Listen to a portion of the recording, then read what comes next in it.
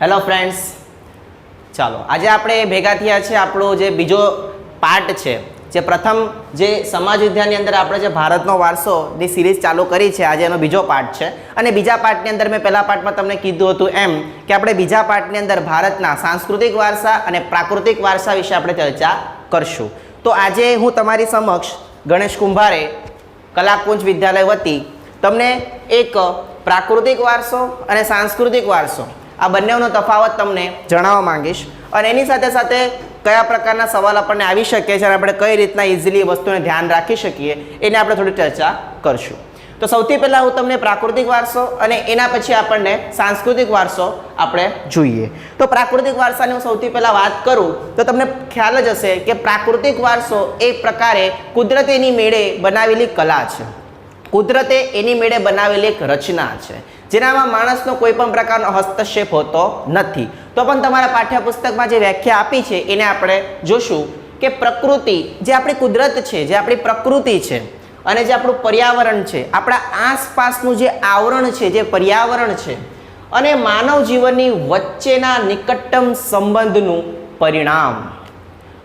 તો આ વ્યાખ્યાને આપણે કંઈક એ રીતના સમજશું કે આપણી જે પ્રકૃતિ છે, આપણું જે પર્યાવરણ છે અને જે આપણે છીએ, આપણું જે જીવન છે, આ ત્રણેય વચ્ચેનો એક નિકટતમ સંબંધ એક આપણો પ્રાકૃતિક વારસો બતાવે છે.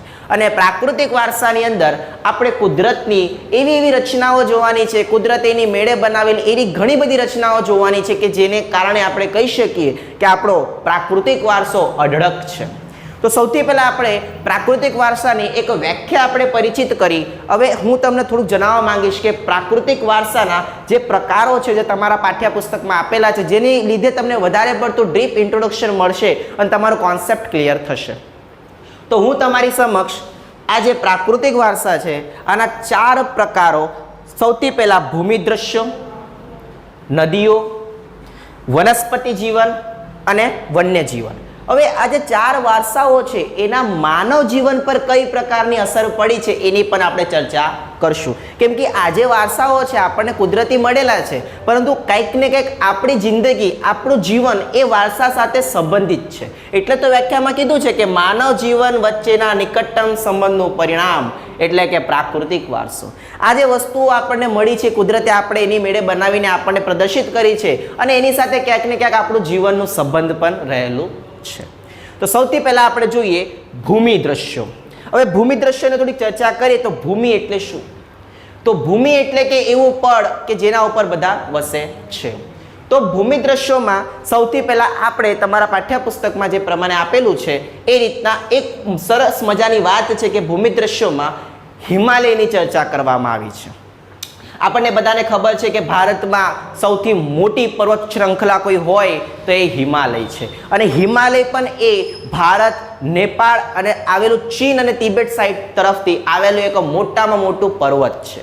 અને ભારતમાં આવેલું જે હિમાલય છે એ આપણા માટે ઘણું ઉપયોગી છે, કેમ કે આપણું કંઈક ને કંઈક જીવન આની સાથે સંકળાયેલું છે.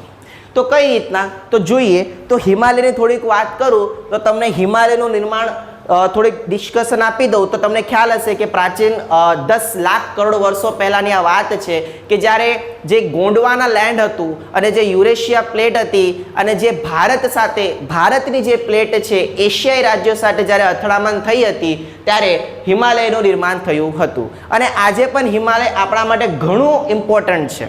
અને એ તમે ક્યાંક વિજ્ઞાનમાં ભણી ગયા હશો કે હિમાલયનું નિર્માણ કઈ રીતના થાય. તો આપણા માટે હિમાલય કઈ રીતના ઉપયોગી છે અને આપણા જીવન સાથે એનો સંબંધ શું છે તો આપણે જોઈએ. અનેક પ્રકારની વનસ્પતિઓ, ઔષધિઓ, ખનિજો, બારેમાસ વહેતી નદીઓ, તરાઈના જંગલો અને બદ્રીનાથ, કેદારનાથ અને નંદાદેવી શિખરો આપણને હિમાલયમાં જોવા મળે છે. હિમાલયની જે શૃંખલા છે તમે ધ્યાનથી જોશો તો બદ્રીનાથ, કેદારનાથ અને નંદાદેવી જે ઉત્તરાખંડ પાસે આવેલા છે હિમાલયની શૃંખલામાં, એ આપણા માટે એક કુદરતી વારસો છે. આપણા માટે પર્વતો કુદરતી વારસો છે. ક્યાંક ને ક્યાંક એ પર્વતો પર મહાદેવ, શિવ, શંકરનો આવાસ છે અને આપણે ત્યાં જઈએ છીએ અને એમની પૂજા અર્પણા કરીએ છીએ. તો આ જ વસ્તુ આપણો વારસો છે, આ જ આપણી સંસ્કૃતિ છે અને આની સાથે આપણે સંબંધિત છીએ, સંકળાયેલા છીએ. એની સાથે સાથે આપણે વાત કરીએ તો ખનિજો, જે હિમાલયની તળેટી છે, હિમાલયની જે તળેટી છે, તળેટીમાં ઘણા બધા મિનરલ્સ એટલે કે આપણને ખનિજો મળે છે. એની સાથે સાથે બારે માસ વહેતી નદીઓ, વિચાર કરો તમે, ત્યાંથી હિમાલય પરથી 12 માસ વહેતી નદીઓ ભારત તરફ ઉત્તર ભાગમાં વહે છે અને એની સાથે સાથે ઘણી એવી પ્રકારની ઔષધિ જે છે જે આજના મેડિકલ સાયન્સને પણ જરૂર પડે એવી ઔષધિઓ આજે આપણે હિમાલયના તળેટીમાંથી કાં તો હિમાલય પાસે મળે છે. તો આ શું છે? આપણો આ વારસો છે. હિમાલય આપણો વારસો છે, એક પ્રકારે ભૂમિ દ્રશ્ય છે જે ભૂમિ સ્વરૂપે આપણને પ્રાપ્ત થાય છે. જે હિમાલય પર્વત છે એ આપણો શું છે? વારસો છે. એની સાથે આપણે હિમાલયની થોડીક ઉપયોગિતાની પણ વાત કરી કે આપણને ત્યાંથી ખનિજો મળે, 12 માસ વહેતી નદીઓ ત્યાંથી ફ્લો થાય. એના પછી તરાઈના જે જંગલો છે જે બહુ ઇમ્પોર્ટન્ટ છે કોઈ પણ પ્રકારનો. પછી બદ્રીનાથ છે, પછી કેદારનાથ છે, પછી નંદાદેવી શિખર છે. આ બધી વસ્તુ આપણે ભૂમિ દ્રશ્યોમાં જોઈ. હવે બીજી વાત, નદીઓ. આપણને ખબર છે કે ઘણી બધી સંસ્કૃતિઓ નદી પાસે વસીને પોતાનો ઉછેર કર્યો છે. દરેક નદી કાંઈક ને કાંઈક મહત્વ ધરાવે છે અને નદી જે છે આપણો કુદરતી વારસો છે, પ્રાકૃતિક વારસો છે. હવે થોડી ઘણી આપણે ચર્ચા કરીએ તો સિંધુ નદીની. તો સિંધુ નદીની હું વાત કરું તો તમને ખબર જ છે કે ભારતની સંસ્કૃતિ સિંધુ નદી પાસે વિકસેલી છે.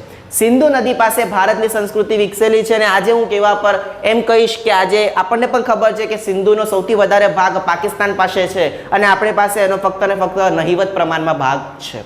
તો પણ આપણી જે સંસ્કૃતિ છે, હિન્દુ સંસ્કૃતિ છે, હિન્દુ વૈદિક સંસ્કૃતિ છે, એનો ઉછેર સિંધુ પાસે થયો છે. અને આના ઉપર આપણે એક વાક્ય ધ્યાનમાં લઈશું કે સિંધુ નદીને જે ગ્રીક લોકો ભારતમાં આક્રમણ કરવા આવેલા હતા, ગ્રીક લોકો ભારતમાં એક પ્રકારે આક્રમણ કરવા આવેલા હતા અને એ લોકોએ સિંધુ નદીને એક નામ આપેલું હતું જેનું નામ હતું ઇન્ડસ.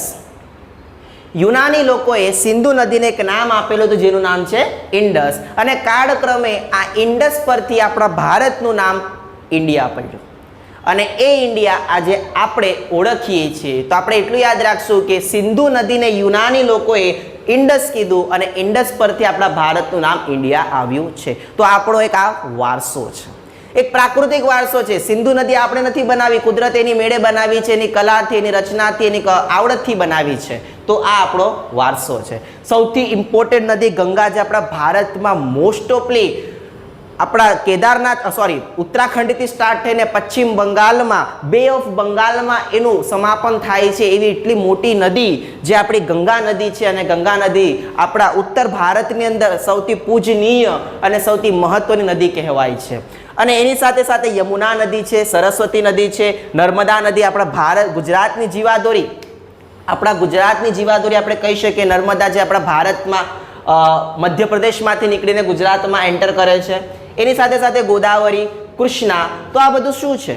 તો આ બધું આપણું કુદરતી વારસો છે મિત્રો. આ બધું આપણો કુદરતી વારસો છે. આ બધો આપણો કુદરતી વારસો છે. આ સિંધુ નદી મેળવવા માટે, યમુના નદી મેળવવા માટે આપણે કોઈ પ્રકારનો પરિશ્રમ નથી કર્યો. કુદરતે એની મેળે આપણને આપેલું છે અને આવનાર પેઢીને પણ આનો લાભ થશે અને આપણને તો થાય જ છે. તો આ બધી વસ્તુ શું છે? આપણો કુદરતી વારસો છે.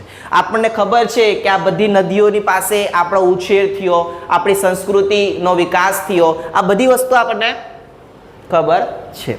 હવે એની સાથે સાથે આપણે થોડી ઘણી ચર્ચા કરશું કે ત્રીજા ટોપિકને કે વનસ્પતિ જીવન.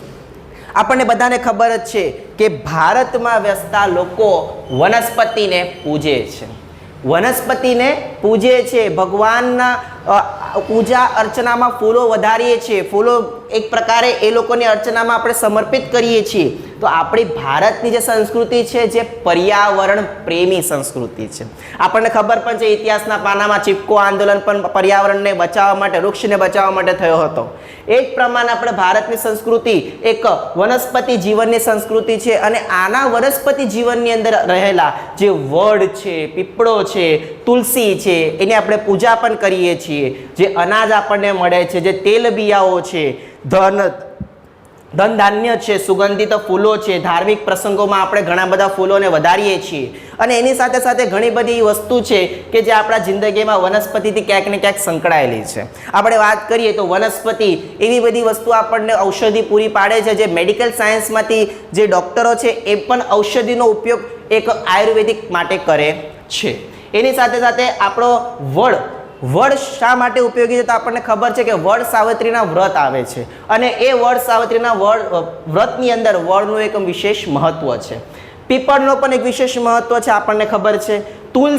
તુલસી એક પ્રકારની એવી વસ્તુ છે કે જે ઔષધિ તરીકે સ્વરૂપમાં લેવામાં આવે છે અને આપણા માટે એમ કહેવાય કે દરેકના ઘરે તુલસી હોવું જોઈએ. જે આપણી ભારતની પ્રાચીન સંસ્કૃતિ છે, એક વૈદિક સંસ્કૃતિ છે અને એ પણ આજે આપણે એની પૂજા કરીએ છીએ. તો વનસ્પતિ સ્વરૂપે આપણને ધન આપ્યું, ધાન્ય આપ્યું, ખાવાની વસ્તુ આપી, આપણને રહેણી કરણી સુધારી દીધું. એક પ્રકારે આપણે પ્રાકૃતિક વૃક્ષો, ફળ, ફૂલો, ઘણી બધી વસ્તુ આપણને આપી અને આપણી જે સંસ્કૃતિ છે ધીરે ધીરે પર્યાવરણ પ્રેમી બનતી ગઈ અને આજે પણ આપણે પર્યાવરણ પ્રેમી છે જ. એના પછીનો જે ટોપિક છે વન્યજીવન. ચલો આપણે પર્યાવરણની વાત કરી, હવે એની પછી આપણે વન્યજીવનની વાત કરીએ. એનો મતલબ એમ કે આપણી સંસ્કૃતિ પર્યાવરણ પ્રેમી તો છે જ, એની સાથે સાથે વન્યજીવ પ્રેમી પણ છે. કેમ કે આપણા શાસ્ત્રમાં, આપણા વેદોમાં ઘણા બધા એવા પ્રાણીઓનો ઉલ્લેખ આપણને જોવા મળે છે કે જે આપણા માટે પૂજનીય છે. અને આપણે આપણા દેવી દેવતાઓની વાત કરીએ કે ગણપતિ બાપ્પા જે છે, જેનું પ્રિય વાહન એક ઉંદર હતું, એ જ પ્રમાણે કાર્તિકી છે, એમનું પ્રિય વાહન મોર છે. મહાદેવ ભગવાનનું પ્રિય વાહન નંદી બેલ છે.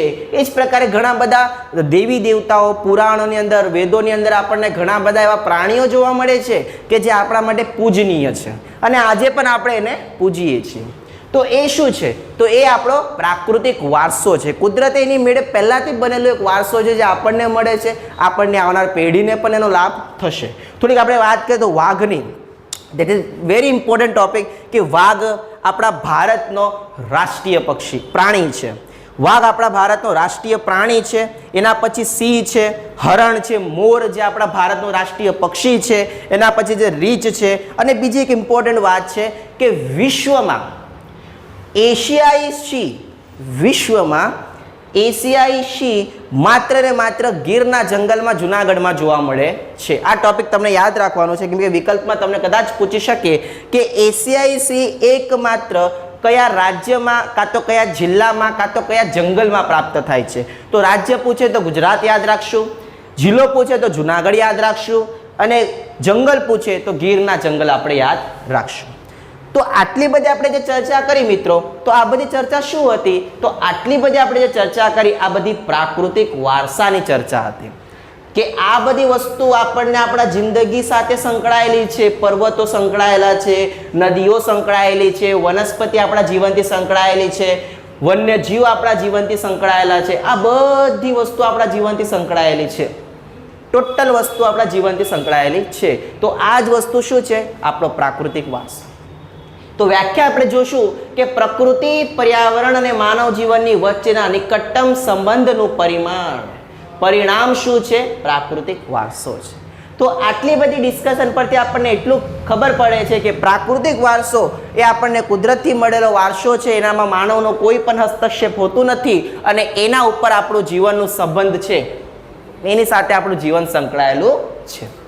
હવે આપણે પ્રાકૃતિક વારસાની વાત કર્યા પછી આપણે એક બીજો વારસો, ઇમ્પોર્ટન્ટ વારસો છે સાંસ્કૃતિક વારસો, એની આપણે ચર્ચા કરશું. અહીંયા બે વ્યાખ્યા મેં તમને આપી છે. સૌથી પહેલા વ્યાખ્યા છે સાંસ્કૃતિક વારસો એટલે માનવ નિર્મિત વારસો. બીજી વ્યાખ્યા છે કે માનવીએ પોતાના કુનેહ, બુદ્ધિ ચાતુર્ય, આવડત અને કલા કૌશલ્ય દ્વારા જે કાંઈ પ્રાપ્ત કર્યું છે તેને આપણે સાંસ્કૃતિક વારસો કહીશું. ચાલો, સાંસ્કૃતિક વારસોને વ્યવસ્થિત રીતે સમજવું હોય તો તમને એટલું યાદ રાખવાનું કે સાંસ્કૃતિક વારસો એ માનવ નિર્મિત વારસો છે. એટલે માનવ નિર્મિત એટલે કે જ્યારે માનવનો વિકાસ થયો, ધીરે ધીરે માનવનો વિકાસ થતો ગયો, એની બુદ્ધિ વિકસિત થઈ, એની કલા થઈ, એની આવડત થઈ, એની કૌશલ્ય વિકાસ થયો. જ્યારે સંપૂર્ણપણે માનવનો વિકાસ થયો ત્યારે પોતાના બુદ્ધિ, ચાતુર્ય, કુનેહ અને કલા કૌશલ્યને વિકસાવીને કંઈક એવી વસ્તુ બનાવતો ગયો કે જે માનવને કામ પડશે.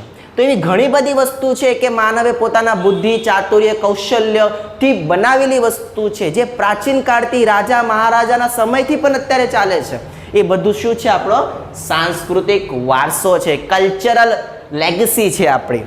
અને એની સાથે હું વાત કરું તો મેં બે વસ્તુ મેન્શન કરી છે કે સ્થાપત્ય કલા અને શિલ્પકલા. આ બે વસ્તુ થોડીક હું તમને સમજાવવા માંગીશ કે સ્થાપત્ય કલા એટલે શું? કે સ્થાપત્ય કલાને આજના સમયમાં આર્કિટેક્ચર કહેવામાં આવે છે અને શિલ્પકલાને આજના સમયમાં સ્કલ્પચર કહેવામાં આવે છે. તો આર્કિટેક્ચરમાં આપણને ખબર છે કે કોઈ બિલ્ડિંગ બનાવવી હોય, કોઈ મકબરો બનાવવો હોય, કોઈ કિલ્લો બનાવવો હોય, કોઈ બ્રિજ બનાવવો હોય, તો એ સ્થાપત્ય કલા છે. આપણે એમ કહીશું કે જે બ્રિજ છે એ બ્રિજ શું છે, જે પુલ છે, જે પુલ બંધાયેલો છે એ પુલ શું છે, તો આપણો સાંસ્કૃતિક વારસો છે. કેમ કે એનો લાભ પહેલા પેઢી લઈ ગઈ, આપણે લઈ રહ્યા છીએ અને આવનાર પેઢી પણ એનો લાભ લેશે. પણ એ વસ્તુ કુદરતે નથી બનાવેલી, એ વસ્તુ વ્યક્તિના બુદ્ધિથી બનેલી છે, વ્યક્તિના કૌશલ્યથી બનેલી છે. એટલે આપણે એને સાંસ્કૃતિક વારસો કહીએ.